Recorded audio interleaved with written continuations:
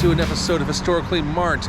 I am in Brazil, Indiana, and this is kind of a short episode because this is just a historical marker I happened to stumble upon as I was cruising through this town. And you know what? I thought it was definitely worth doing an episode on. And come to find out, this marker hasn't even been up for a few weeks now. It was actually installed here on August 2nd of 2023, and it's like mid-September 2023. How you doing? The guy that honked at me. So I'll show it to you right now. All right, so where am I in Brazil? This is the intersection of State Highway 59, and this is Route 40, also known as the National Road. That looks like an old Elks Lodge. That is downtown Brazil. And for whatever reason, they decided to put it right here, but it's decent, you know, nicely decorated. Okay, so James R. Hoffa, Jimmy Hoffa. Jimmy Hoffa was born in Brazil, Indiana in 1913. His family struggled with poverty, inspiring him to become an organized labor leader during the Great Depression. He became active in the International Brotherhood of Teamsters in the 1930s and served as general president from 1957 to 1971. In 1964, he forged a national trucking agreement, raising wages for over 400,000 workers. And this is actually a two-sided marker.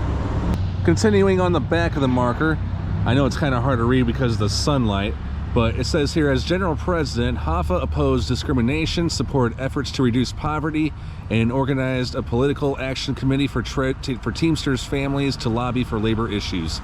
Under his leadership, Teamsters membership rose to over 2 million workers. Hoffa was the subject of many investigations and was convicted of jury tampering in 1964. He disappeared in 1975. And it was installed here, like I said, 2023, like a month ago. So yeah, it came quite as a surprise coming here, but it was put up by the Indiana Historical Bureau, Clay County Historical Society, and the International Brotherhood of Teamsters. So as much as I really want to get into the whole life story of Jimmy Hoffa, his whole legacy and how he rose to power and all that, but it pretty much sums up, you know, his whole life on this historical marker. But like it says, in 1975, he disappeared. To be exact, it was on July 30th. It is generally accepted that he was murdered by the mafia, and in 1982, he was declared legally dead. Hoffa's legacy and the circumstances of his disappearance continue to stir debate. Now, the place where he was last seen was in Bloomfield Township, Michigan. It was supposed to be a restaurant meeting happening that day on July 30th, 75, but the details are pretty much a mystery. So it was supposed to happen in the afternoon, but it didn't. But of course, Jimmy Hoffa's legacy, it remains controversial even to this day. Arthur Sloan once wrote, "To many, Hoffa was kind of a latter-day Al Capone.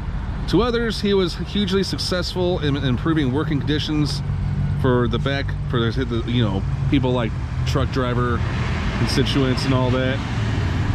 And I mean, he's been portrayed many times in fiction, including Once Upon a Time in America.